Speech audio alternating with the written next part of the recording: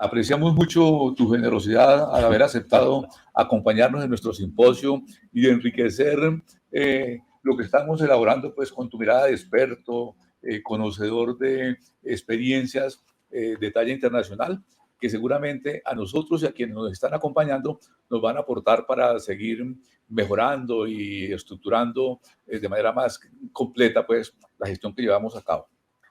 Manuel, en esta línea de inquietudes que hemos venido abordando, y como lo planteaba Esperanza, como buscando enunciar algunos elementos claves, críticos, en la gestión del talento, en la gestión humana de las organizaciones, eh, para llevar a que esa experiencia de dignificación que debe tener el colaborador, pues sea una realidad y sea superior. ¿Qué nos recomendarían? ¿Qué nos recomendarías? ¿Qué nos podrías compartir? Claro que sí, con mucho gusto. Además, el agradecimiento es mío, Luis Alfonso, porque hace muchísimos años, recuerdo yo, tú y yo iniciamos esta cruzada de introducir muchos de estos elementos en la gestión del desempeño de la Fundación Santa Fe. Recuerdo, pero muchos años, inclusive las caras conocidas de muchas de tus colaboradoras. Sí, yo creo que hay una introducción que me gustaría compartir contigo y con la audiencia, y es que tal vez la pandemia puso en evidencia muchísimos elementos que hoy se nos convierten en una prioridad en la gestión del talento humano. Y ustedes lo han venido repitiendo y tiene que ver con esa experiencia de sentir realmente que lo que estoy haciendo tiene un sentido, tiene un significado. Es decir, está ligado al propósito mío de vida. Y ese es un discurso que hemos venido dando, pero la idea es cómo poder hacer realidad ese discurso, de vincular lo que está pasando con la organización a la experiencia de vida de la persona. Así que yo voy a tratar de colocar en escena un par de elementos que me gustaría introducir y sobre esos tal vez construir contigo la conversación, Luis Alfonso. De acuerdo, ¿Ok? gracias. Y un poquito pensando de manera gruesa, pusimos allí el pasado y el futuro, como haciendo un contraste con lo que nos está ocurriendo. Y hacía referencia de principio a este sentido de propósito. En realidad, las personas que están haciendo el trabajo clerical, por decirlo de alguna manera, limpiando, están arreglando las salas de cirugía, están en anestesia, están en eso, uno diría, bueno, ¿y esto cómo se conecta a su propósito de vida con la estrategia de la organización? Y ese es un desafío que tenemos. Y tal vez lo mencionaba alguna de tus colaboradores cuando decía, vamos hasta la persona a averiguar qué es lo que ella quiere. Y yo creo que ese trabajo uno a uno no lo podemos perder. A veces hablamos de que nosotros lideramos equipos. Y equipos es una manera, digámoslo, de significar un grupo de personas, pero no lideramos equipos, lideramos personas, Luisa, porque ahí están absolutamente todos. Y si los tratamos como una masa, jamás vamos a poder saber qué es lo que ellos piensan. Así que este elemento del sentido de propósito, y nos lo está mostrando completamente lo que está ocurriendo en muchos países y en Colombia, que mucha gente se está retirando al no encontrar de alguna manera que su organización le ofrece un espacio para poderse realizar como ser humano. El otro tema es que estábamos muy preocupados por la satisfacción del colaborador, y yo sé que Carolina nos hizo una explicación de las encuestas de satisfacción. Eso es cierto, pero hoy está cobrando mucho más peso mi desarrollo, porque si yo me desarrollo, probablemente estoy satisfecho con mi trabajo. Si yo siento transformación en mí como persona, como en mis habilidades, pero también en mi madurez, es muy probablemente que yo me quede en esta organización. Fíjate, cosas como autonomía, cosas como empoderamiento, cosas como delegación, cosas como iniciativa, cosas como tome usted la decisión. Son cosas que nos están apareciendo hoy. Y eso tiene que ver con el desarrollo de las personas, con el criterio, con la visión de mundo que nosotros logremos darle. El otro elemento que me gustaría compartir contigo es algo que luchamos, Luisa, y quiero decirle inclusive a la audiencia que no ha sido fácil trasladar esa imagen de jefe a que tú eres un coach de la gente. Tú eres ese director técnico que está permitiendo que ese equipo juegue espectacularmente, donde tu mirada probablemente es sobre lo que está pasando en la cancha, no es una mirada de supervisión a ver si tú estás cumpliendo. Yo creo que eso es una de las cosas maravillosas que nos están ocurriendo hoy. Manuel, déjame, te interrumpo un minutico. Precisamente con lo que vienes planteando, ¿cómo podría, o no sé si lo tienes más adelante, cómo Sí, podrías señalar esas competencias claves, críticas del liderazgo? O tal sea, ¿qué le cual. requiere esto al liderazgo como competencias actuales? Muy buena pregunta y la voy a desarrollar ahorita de pronto apoyándome en una de estas, Okay. pero es muy clave, Luisa, porque si hablamos de coach, entonces, ¿qué es lo que necesita él? ¿Qué es lo que necesita saber?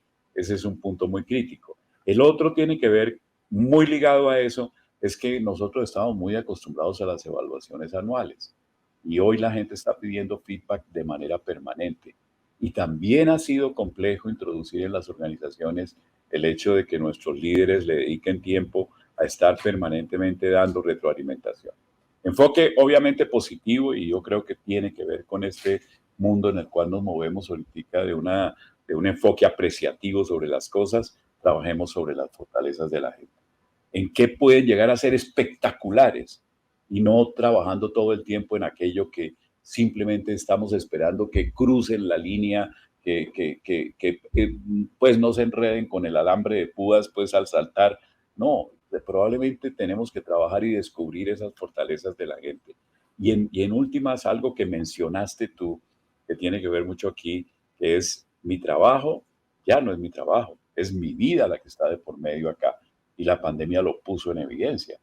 ¿No? Cuando la gente descubre que tiene un hogar, descubre que tiene que pasar tiempo con sus hijos, descubre que tiene que pasar tiempo con su esposa o su esposo, descubre miles de cosas que ocurren en su vida y no solamente en su relación laboral. Así que serían para nosotros esos elementos que nos gustaría como compartir con ustedes. Ahora tú preguntabas, ¿cuáles son esas competencias que por lo menos nosotros en ODI hemos tratado de hacer esa disección? Y nosotros las agrupamos en 5 elementos que si se dan, nos dan la experiencia del colaborador, que si se dan, nos contribuyen a los resultados, que si se dan, nos contribuyen a estar permanentemente desarrollando la capacidad de la gente. Y algo que nos preocupa obviamente como consultores y es un tema de competitividad. Es decir, yo creo que todos tenemos que trabajar en ese sector. Pero déjame compartir contigo estas 5 competencias que nosotros hemos de alguna manera aislado. Y a lo mejor se te ocurren preguntas ahí alrededor de cada una, ¿no? Una primera que nosotros tenemos allí es como la madurez gerencial. Y ese tema les puede llamar muchísimo la atención porque la gente de alguna manera sube en la organización no por madurez gerencial, sino por dominio técnico, lo cual es requisito, Luisa. Ajá. Tampoco es que podamos decir que no, pero empiezan a aparecer otros elementos. Esa visión de conjunto, esa visión sistémica de la cual tú hablaste, esa capacidad de establecer relaciones sólidas basadas en la confianza para nosotros es uno de los primeros elementos. Y déjame compartirte esto. Al principio en ODI no teníamos esa primera disciplina, digámoslo, incorporada en el modelo. Y empezamos a notar que los grupos que tenían mayor inteligencia emocional o los líderes que tenían mayor inteligencia emocional absorbían con mayor rapidez las otras 4 disciplinas o competencias, mientras que los otros se demoraban muchísimo más. Así que resolvimos meterla de manera transversal todo el tiempo, esta musculatura en lo emocional, esta musculatura en lo gerencial. La segunda disciplina que te va a causar tal vez de pronto mucho, te va a llamar la atención, porque nosotros damos por sentado de que la gente tiene claridad en lo que tiene que hacer. Y aquí hay una diferencia sustancial, Luisa, entre colocar tareas, entre decir lo que hay que hacer y entre realmente diseñar el entregable que la persona tiene que darnos en el proceso. Y cuando diseñamos el entregable, casi que le damos a él una total libertad de que organice su día a día, de que organice sus objetivos, de que nos diga lo que le hace falta para poder darnos el entregable concreto. Y cómo nosotros estamos ayudándole todo el tiempo a que él pueda construir ese entregable. Ese entregable probablemente se construye con el trabajo diario, con el trabajo semanal, con el trabajo mensual, pero en eso encontramos muchas dificultades. Inclusive organizaciones que tienen plataformas tan robustas como SuccessFactors o Almera o cualquiera de esas, cuando de alguna manera extraemos esa información, pues nos encontramos con copy-paste, nos encontramos con cosas que no tienen, digámoslo, por ejemplo, la redacción SMART de objetivos, o cosas muy interesantes allí. Esa para nosotros es una segunda disciplina. La tercera te va a llamar la atención porque lo que ocurrió es que las áreas de relaciones industriales, de relaciones humanas, de gestión de talento, como las llamamos ahora, se hicieron cargo del desarrollo de la gente y los jefes, siento yo, se lavaron las manos frente al tema. Entonces, ¿cómo pedirle que sea un coach si nosotros mismos lo liberamos del tema? Como decirle, no, usted tranquilo, no se preocupe, yo voy a solucionarle el tema de desarrollo. Nosotros estamos devolviéndole aquí una disciplina de que él tiene que trabajar por el desarrollo de la gente. Él está todo el tiempo con la gente, así que es el que conoce exactamente qué es lo que está pasando con ellos. No somos en recursos humanos, nosotros en recursos humanos le podemos ayudar a través de generarle una plataforma, generarle una alfombra para que él la use.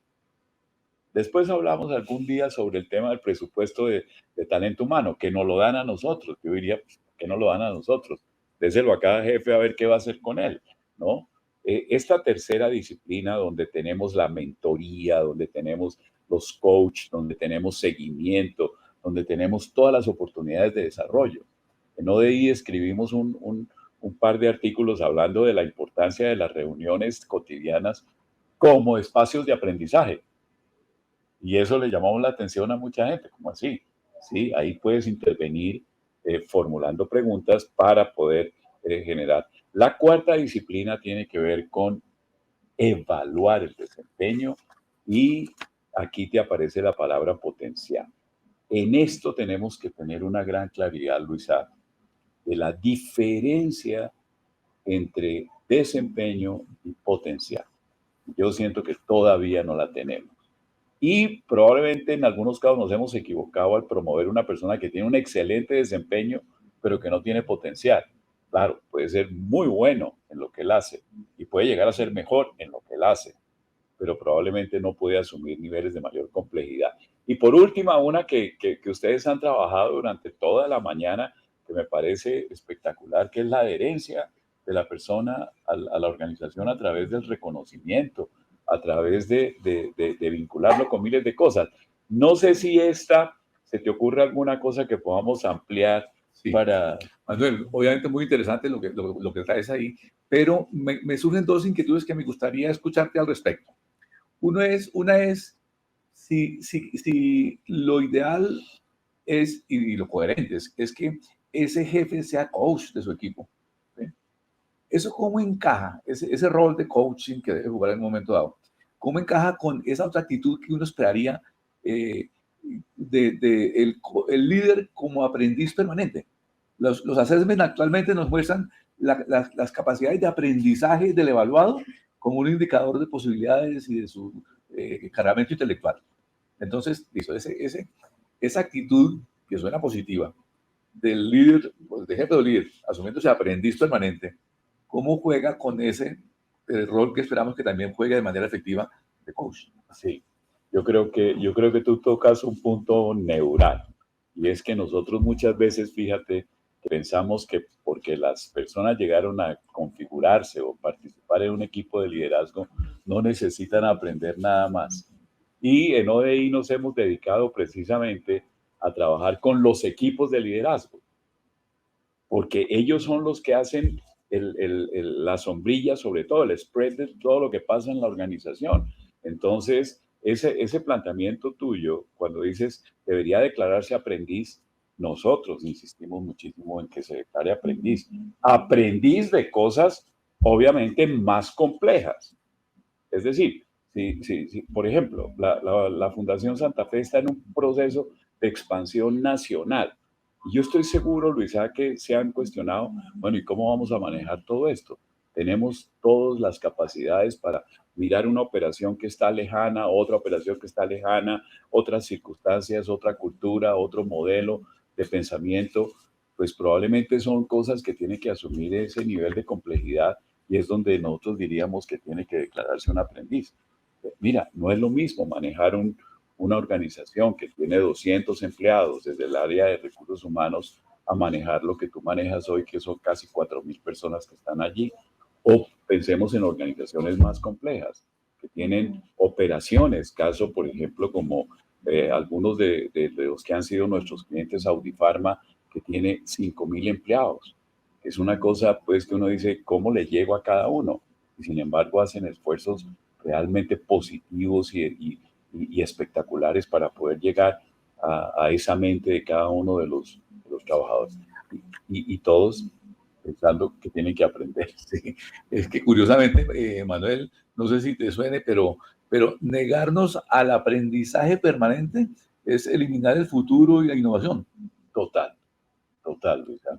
Yo creo que ese es como esa sensación que teníamos hace un tiempo, ¿no? Estoy hablando de los años 50, de yo ya estoy hecho, yo ya no tengo nada que aprender, ¿no? Es como que la gente llegaba a ciertas edades donde ya sentía que absolutamente nada lo podía tocar. Hoy estamos y tocando a todas las personas, no importa la edad que tengan, declárese aprendiz, declárese sorprendido con las cosas nuevas que le vienen. Tenga en cuenta que hay mucho que transformar. Este país requiere de una mentalidad mucho más abierta en eso. Joven en un sentido, no quiero decir que no. Si tú miras, es muy curioso, pero el fútbol es una cosa que se pone de moda. Si tú miras todos los directores técnicos, todos los coaches, son tipos de 60 años, 70 años, lo cual me parece maravilloso, pero están en una actitud de aprendizaje. Qué bueno que nuestros líderes estén en ese constante cuestionarse. Manuel, una de las preguntas con las que nos ayudó Ana, si no recuerdo mal, era en la gestión de esas diversas generaciones o en esa diversidad que en el equipo humano encontramos las organizaciones y los líderes. Eh, para la gestión exitosa del compromiso y del desempeño, de esa diversidad humana y de equipos, ¿qué le recomendaríamos a los líderes? Yo creo en algo que decían una de tus colaboradoras, y es que tenemos que llegar a la persona. Yo creo que el gran cambio, Luisa, tiene que ver con que sí, hay grupos y hacemos políticas generales para mucha gente y hay cosas que la gente tiene que asumir. Por ejemplo, cuando hablamos de normas de seguridad, cuando hablamos de cosas de esas. Pero la única manera de ayudar a alguien es cuando tú le llegas de manera personalizada. Es decir, la labor del líder es una labor de contacto permanente con cada uno de sus colaboradores.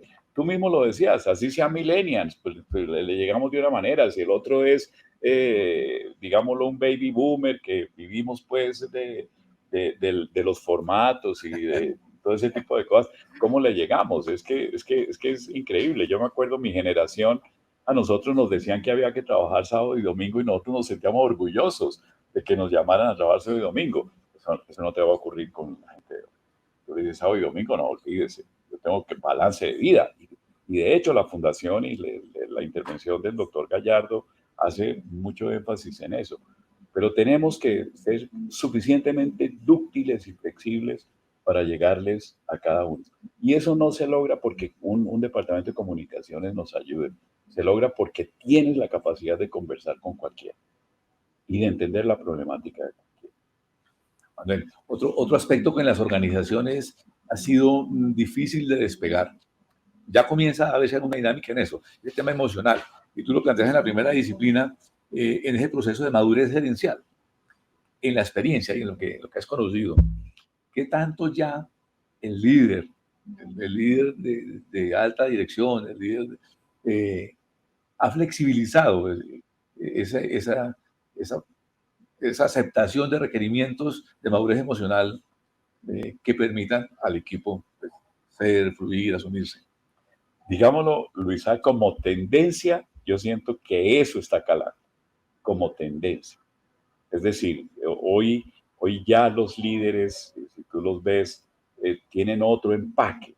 No son esas figuras allá, pues, sentadas en un escritorio, en una silla de cuero, pues, inaccesible, ni nada de esas cosas, sino es gente que camina por los pasillos de su organización, que se relaciona con la gente, que tiene mucho más apertura y eso, de alguna manera, lo lleva a haber desarrollado inteligencia emocional. Pero hay una cosa muy curiosa y es que, de todas maneras, las experiencias eh, que te desafían gerencialmente, te van madurando. Uno no pudiera decir que todo pues va a tener que venir de acá, te da musculatura y sobre todo en toma de decisiones, en análisis, en manejo de situaciones, en pensamiento estratégico, por ejemplo. Ahí va. Y todo eso va ligado a la importancia de un buen relacionamiento, de capacidad de tener relaciones sólidas, basadas en la confianza. Eso yo creo que está haciendo carrera, Luisa. Yo creo que hay mucha gente, de alguna manera, ávida de poder entender mucho más qué es lo que le pasa, cómo manejar esta vida emocional, cómo manejar todos estos esquemas mentales que tiene y poder ofrecer algo mucho mejor en su misma organización. Encima porque sus hijos también le van presionando todo eso. No, las generaciones de ahora son mucho más cuestionadoras. Es decir, tú y yo probablemente obedecíamos sin poner mucha resistencia. Eso no te ocurre hoy yo estoy seguro que nos escuchan saben perfectamente lo que es tener un chiquitín de 5 años cuestionando las vacaciones, cuestionando dónde vamos, cuestionamos absolutamente todo. Pues, eso es increíble, ¿no? Es así que...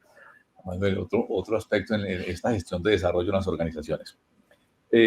Hablamos de mentoría, hablamos de coaching, hablamos de entrenamiento. Estos son estrategias, iniciativas o herramientas o programas, todas válidas, algunas podríamos priorizarlas frente a la efectividad que nos dan en el desarrollo que se quiere.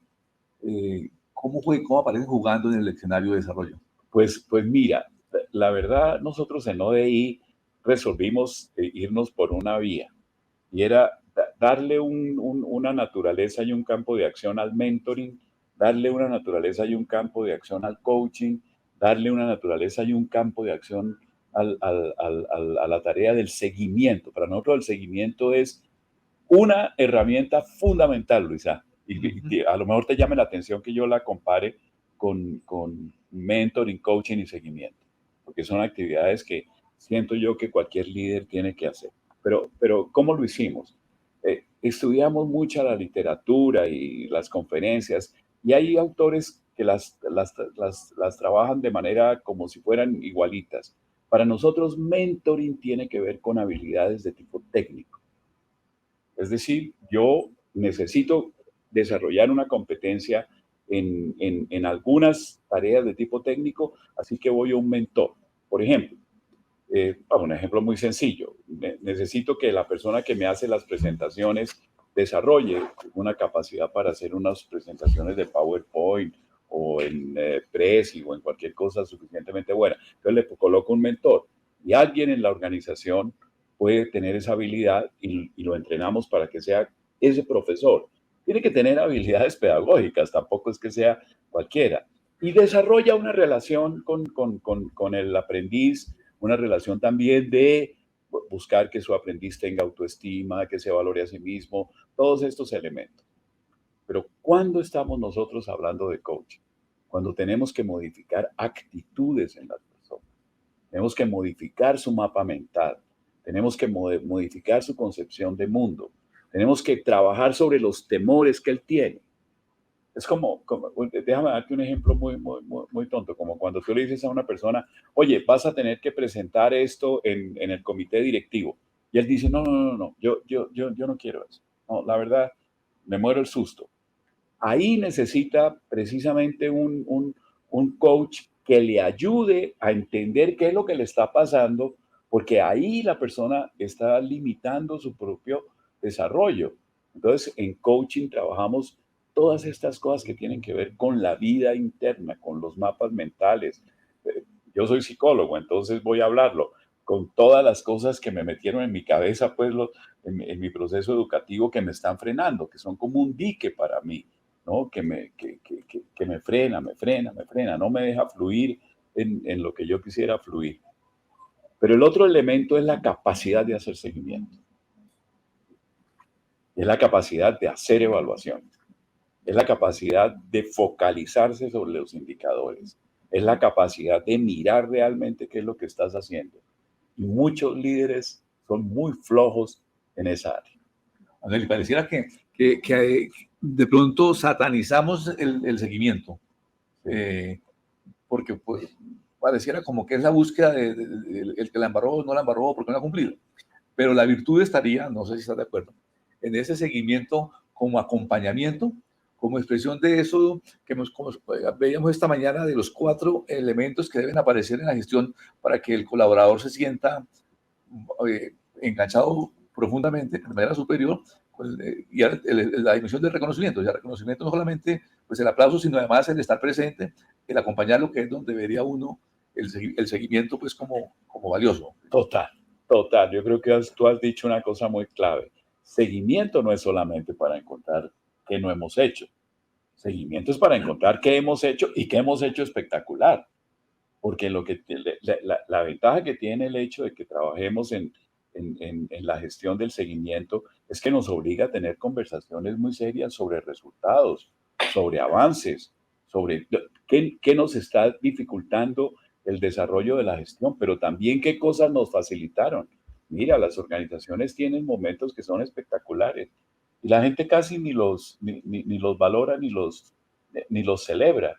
Yo sí creo personalmente en que tenemos que generar unos espacios, como lo decías tú o alguna de tus colaboradores, espacios de diversión, de pasarla divinamente.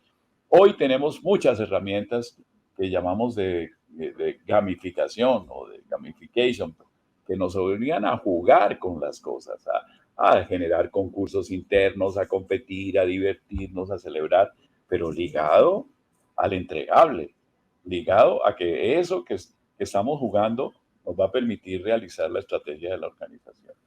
Manuel, otra cosa que está pues muy de moda y que impacta de manera contundente las realizaciones de las organizaciones y de los líderes es el mundo de la digitalización, el mundo de la transformación digital. Eso visto en los procesos humanos, ¿qué has encontrado o qué podrías compartirnos? Pues mira, se me une ahorita con tu pregunta de la capacidad de aprender. En ODI nos hemos dedicado los últimos 3 años a aprender este tema de data analytics, porque la verdad lo que encontramos en las posibilidades de correlacionar información, de hacer análisis con la información, ha sido lo más maravilloso. Y yo te diría que ese campo va a ser un campo fundamental en cualquier gestión de recursos humanos. Pero no solamente de recursos humanos, Luisa. Yo creo que Data Analytics es una cosa que va a invadir la organización en marketing, en logística, en finanzas. Finanzas es muy desarrollada. Finanzas, cuando tú te metes al campo de los financieros, esos tipos tienen monitoreado absolutamente todo y tienen desde hace muchísimo tiempo ya bases de datos y pueden hacer comparaciones de años de los desempeños de la organización, cosa que no nos ocurre en talento humano o en otras áreas. Yo creo que vamos a tener que hacer, ¿verdad?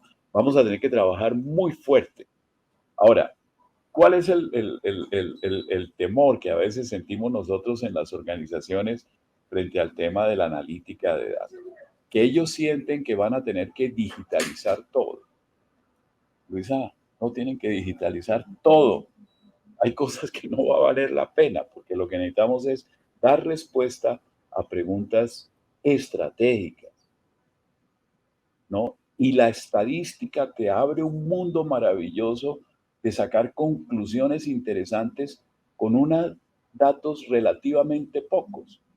Pero la tendencia numérica va a ser una cosa que yo creo fundamentalmente, que nos va a ayudar, pero muchísimo, en el área de talento humano.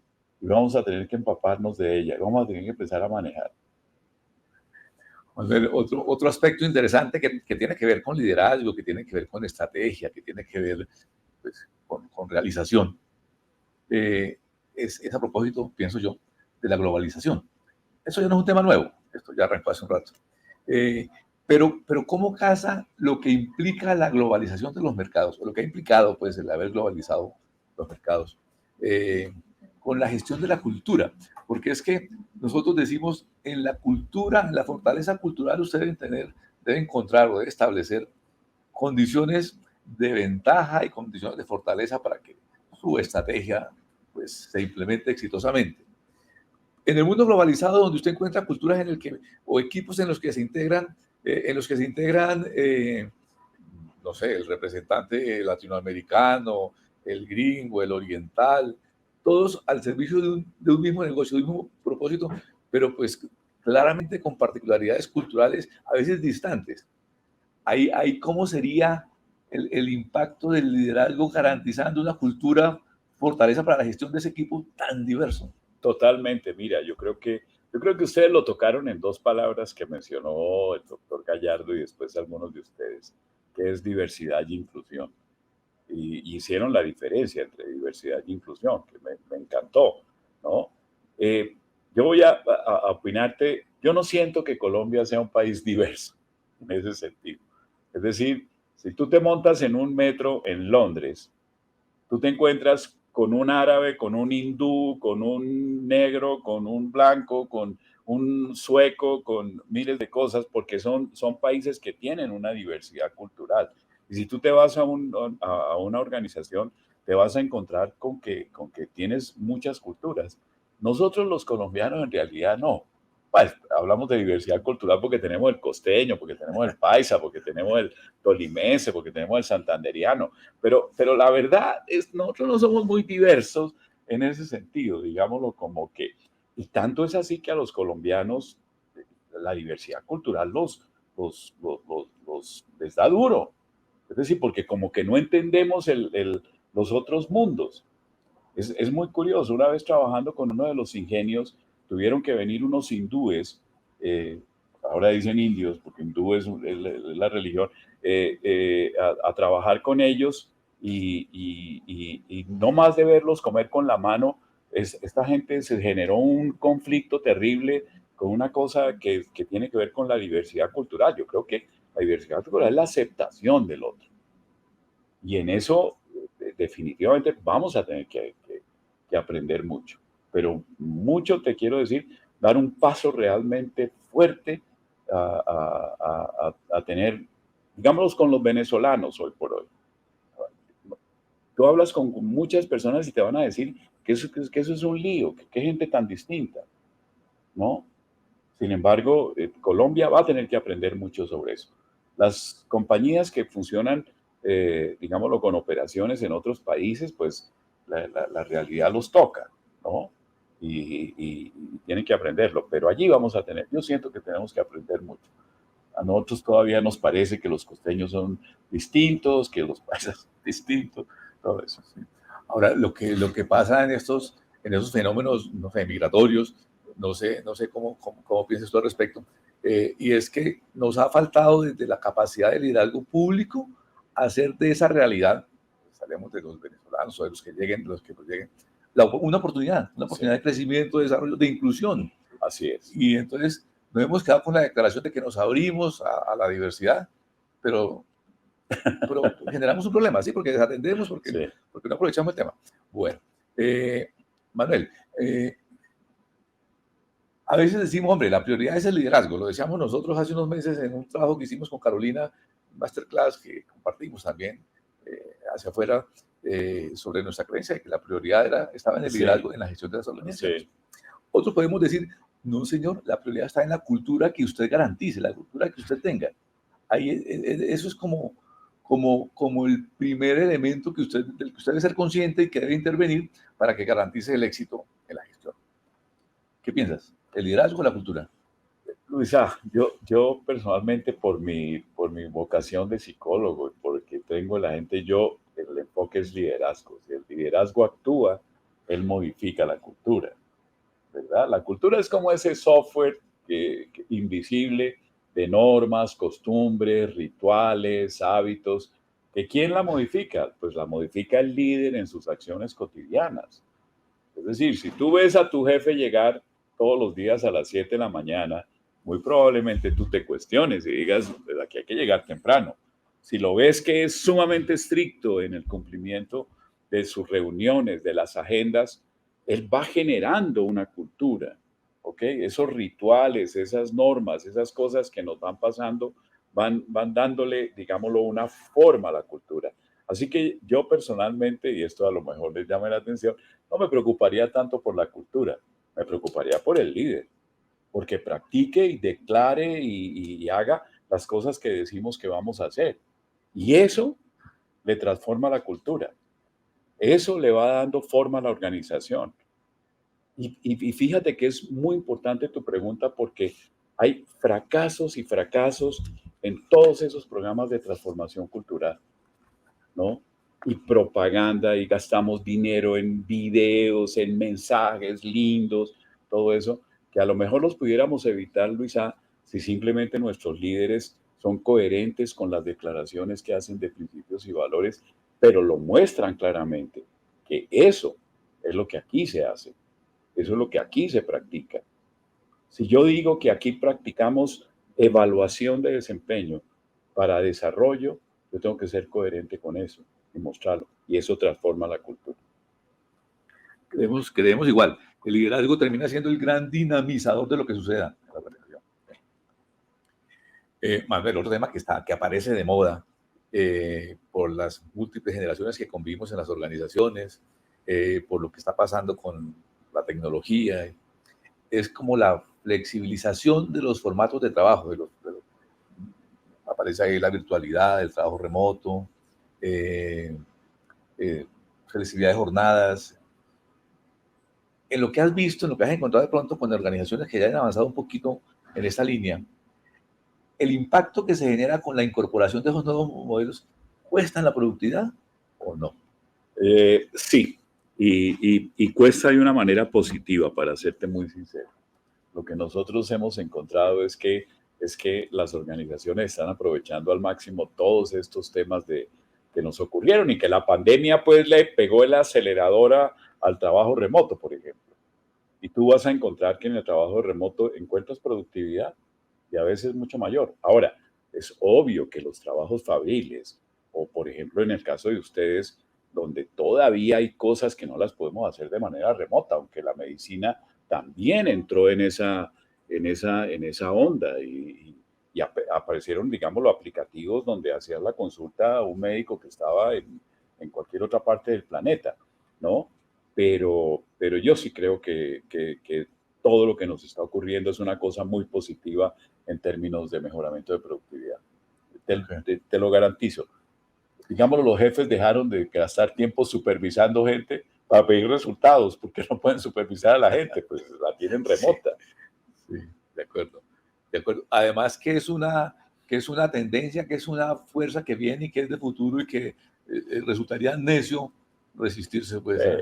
Sí, tal cual. Y esa es una cosa muy positiva, digámoslo. Yo creo que para las organizaciones nos va a ayudar muchísimo todo esto a focalizarnos en el entregable, que era uno de los temas que para nosotros Sí, nos preocupa mucho.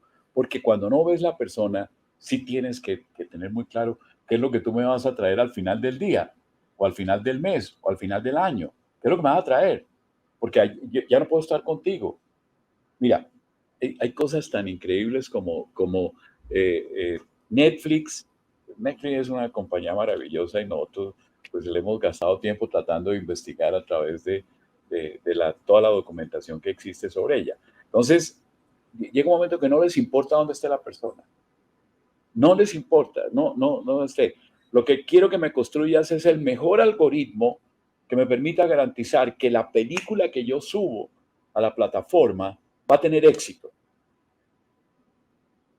Entonces no es como antes, que uno lanzaba la película a ver si la película de alguna manera tenía éxito. No, aquí está sí, garantizado. claro. ¿Ok? Es la maestría en la orientación del mercado. Sí, tal cual.